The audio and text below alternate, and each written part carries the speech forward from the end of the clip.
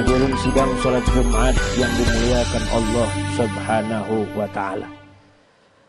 Allah berfirman dalam Al-Qur'an surah Al-Baqarah ayat yang ke-129. A'udzu billahi minasyaitonir rajim. Rabbana wab'ats fihim rasulan minhum yatslu 'alaihim ayatika wa yu'allimuhumul kitaba wal hikmah wa yuzakkihim innaka antal azizul hakim.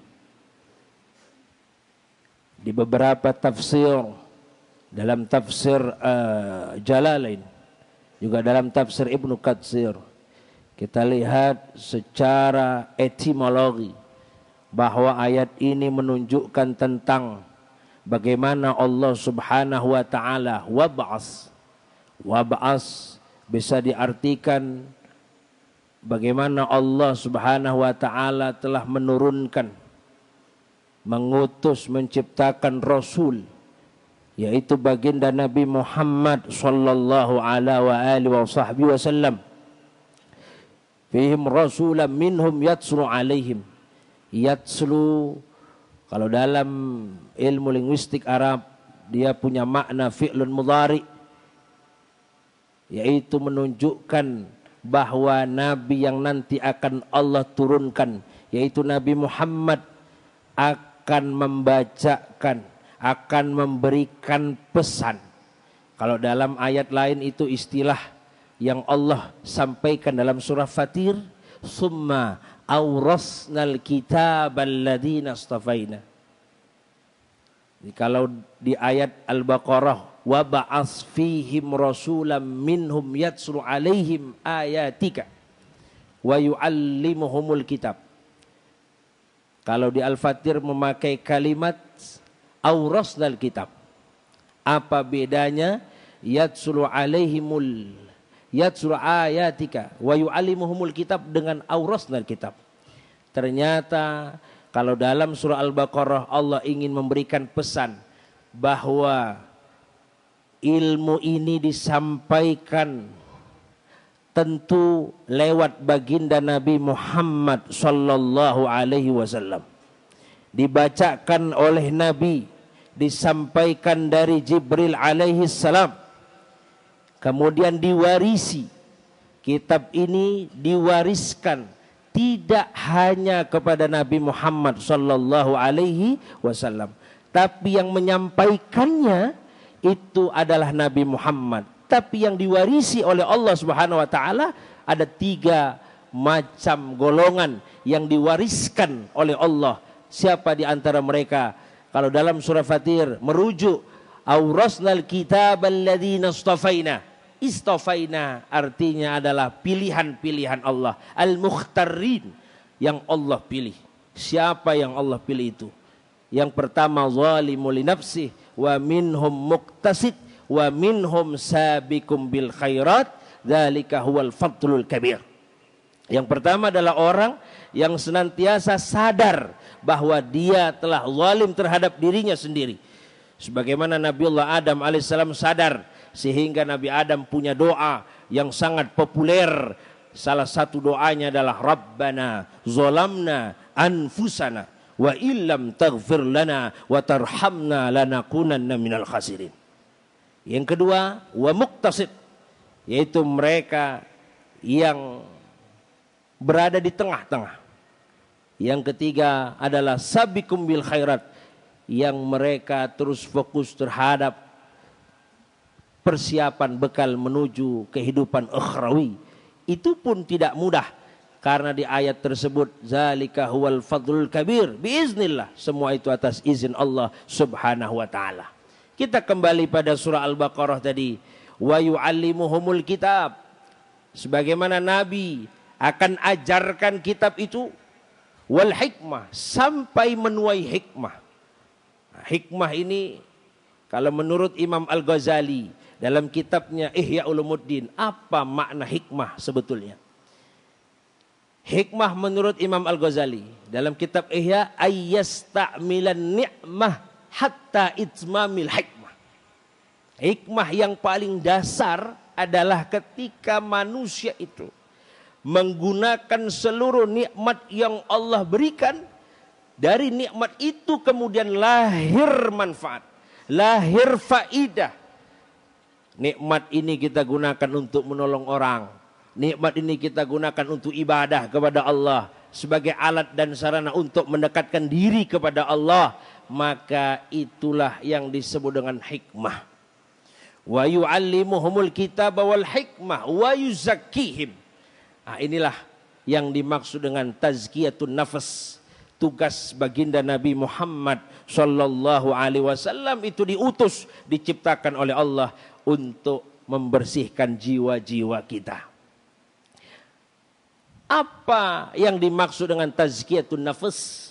Ciri orang yang diterima tazkiyatun nafasnya, bersih hatinya, bersih jiwanya, maka kita rujuk kembali dalam kitab Fathur Rahman di Ibn Syihabuddin, dalam kitab Mawahibus Samad, dalam kitab Ghayatul Bayan di Ibn Hujazi Al-Fasani.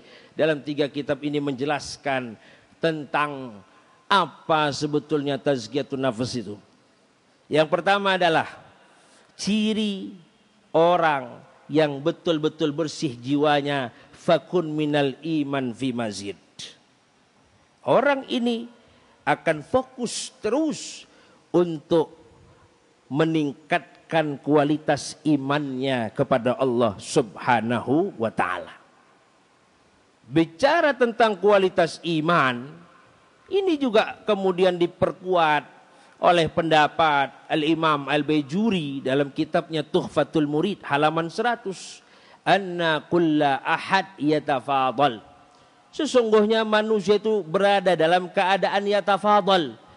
Bimakna yatasyakkak. Yaitu maknanya adalah mereka sesungguhnya berada dalam keadaan yang sangat ragu. Apalagi ketika mereka ingin berbuat baik, pasti mereka akan ragu. Kenapa? Karena ini sudah ada legitimasi, legalitas, sudah ada MOU antara iblis dengan Allah. Baiklah ya Allah, gak apa-apa kami tinggal di neraka, tapi kami diizinkan untuk menggoda daripada hamba-hambamu itu. Bagaimana cara kami menggodanya? Yuwaswisu fi sudurin nas. Di antara tugas-tugas iblis adalah membuat manusia itu ragu dalam berbuat baik.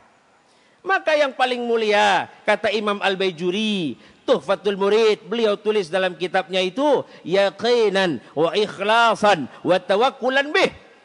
Ini upaya-upaya untuk membersihkan hati, membersihkan jiwa, bertambah keyakinan, kemudian ikhlas dan juga bertawakal kepada Allah Subhanahu wa ta'ala. Tidak bisa orang itu ikhlas kalau dia tidak yakin kepada Allah. Tidak bisa orang itu menyerahkan diri kepada Allah kalau dia tidak betul-betul yakin imannya bertambah terus kepada Allah Subhanahu wa ta'ala. Fakun minal iman fi mazid. Yang kedua, kata Imam Ibn Ar-Ruslan Ar-Ramli Al-Ansari As-Safi'i, wa fi safail qalbi tajdid. Jadi kalau istilah Al-Quran wa yuzakkihim, tapi kalau istilah Imam Ibn Ruslan wa fi safail qalbi, ada kalimat safa al-qalbi.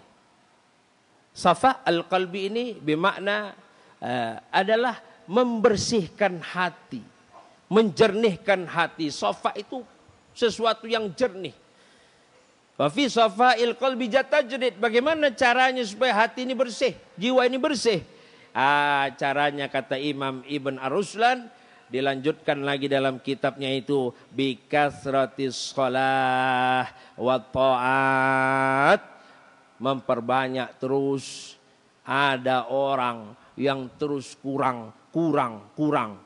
Sudah dia sholat 5 waktu, tapi menurut dia kurang. Apalah sholatku ini? Mungkin tidak bisa membantuku, mungkin tidak bisa menolongku. Mesti aku tambah, ditambah lagi sama dia sholat duhanya, ditambah lagi sholat tahajud. Terus dia tambah sholat yang lain. Untuk apa? Mungkin dia berkeyakinan, mungkin dari 5 sholatku ini tidak bisa menolong, tapi mungkin ada sholat-sholat lain yang bisa menolong. Makin banyak sholatnya, maka semakin bersihlah jiwa dan hatinya. Bika suatu sholat wa ta'at, dan juga bertambah ketaatannya kepada Allah Subhanahu wa ta'ala. Hadirin sidang sholat Jumat yang dimuliakan Allah. Maka itulah makna dari tazkiyatun nafas. Tapi apa kaitannya dengan era modern? Dalam kehidupan modern saat ini, manusia semakin dimanjakan oleh kemajuan teknologi. Dan juga kemudahan akses informasi. Tapi sayangnya dengan kecanggihan itu kita justru menyaksikan keruntuhan yang paling sunyi dan paling dalam. Runtuh dalam rohani manusia. Manusia hari ini telah kehilangan arah. Dia tersesat dalam terang dan buta dalam cahaya. Banyak hati yang merasa hampa, banyak jiwa yang mengalami kegelisahan.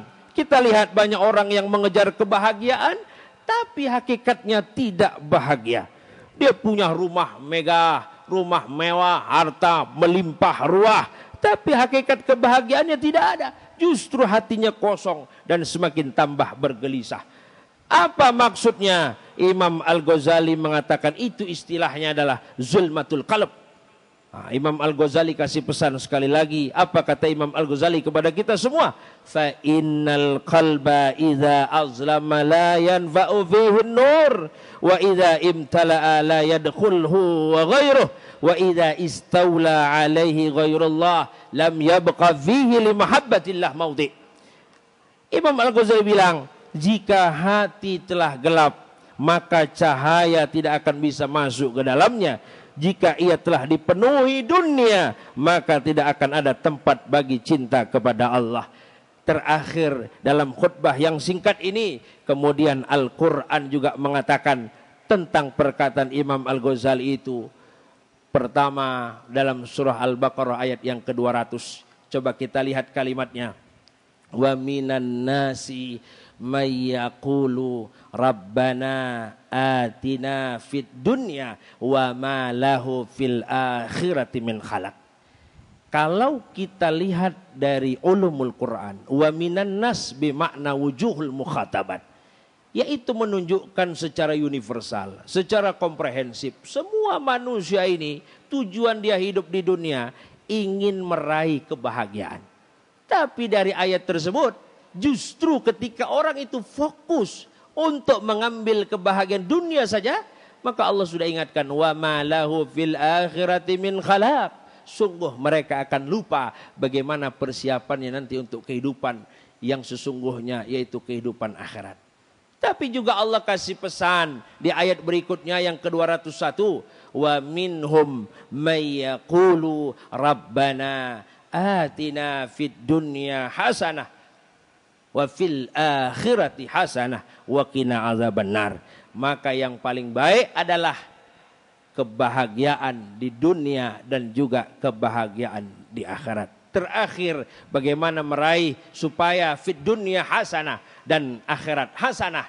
Ada dua ruh, ada ruhul talbiyah, ada ruhul ibadah mal ibadah. Ruhul talbiyah, bagaimana kita merespon, menambah sensitivitas panggilan kita kepada Allah Subhanahu wa taala. Ada panggilan salat, panggilan kematian, panggilan haji, dan panggilan ini bisa kita respon secara sensitif. Bagi siapa? Bagi orang-orang yang tazkiyatun nafas. Ada ruhul ibadah mal ibadah. Apa itu contohnya? Mereka yang ibadah salat, puasa, sedekah, muamalah, muasyarah. Ini termasuk bagian daripada ruhul ibadah mal ibadah. Dua ruh ini tidak bisa diraih kalau kita tidak fokus dalam meraih tazkiyatun nafas.